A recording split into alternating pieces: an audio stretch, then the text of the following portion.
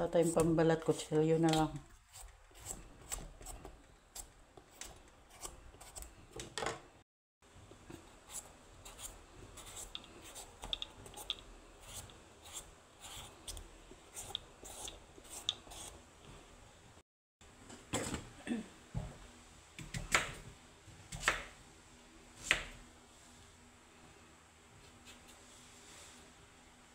Yung ating glass powder.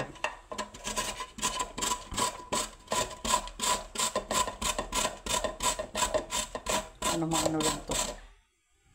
Nagadgad natin guys na papaya. Isang papaya yan, dami.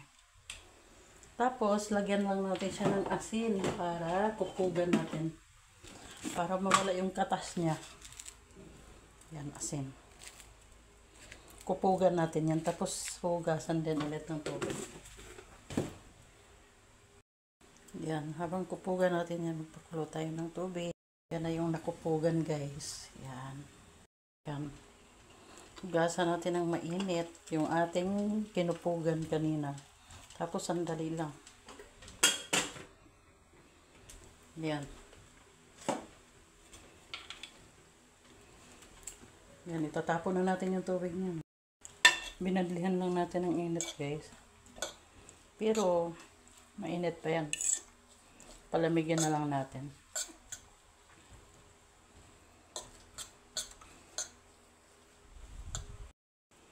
Maglagay na tayo. Yan na lang. Sabaw kanina. Siyan, lagyan na natin dyan. Lagyan na natin dito.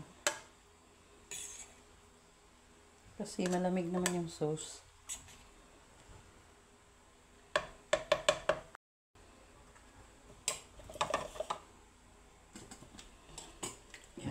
Yung kanina to guys, niluto natin, yan.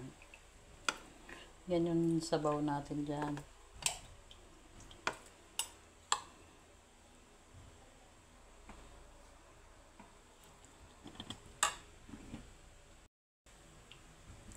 Yan, sabaw. Sabaw na makulay. Ang ating atsara ay makulay.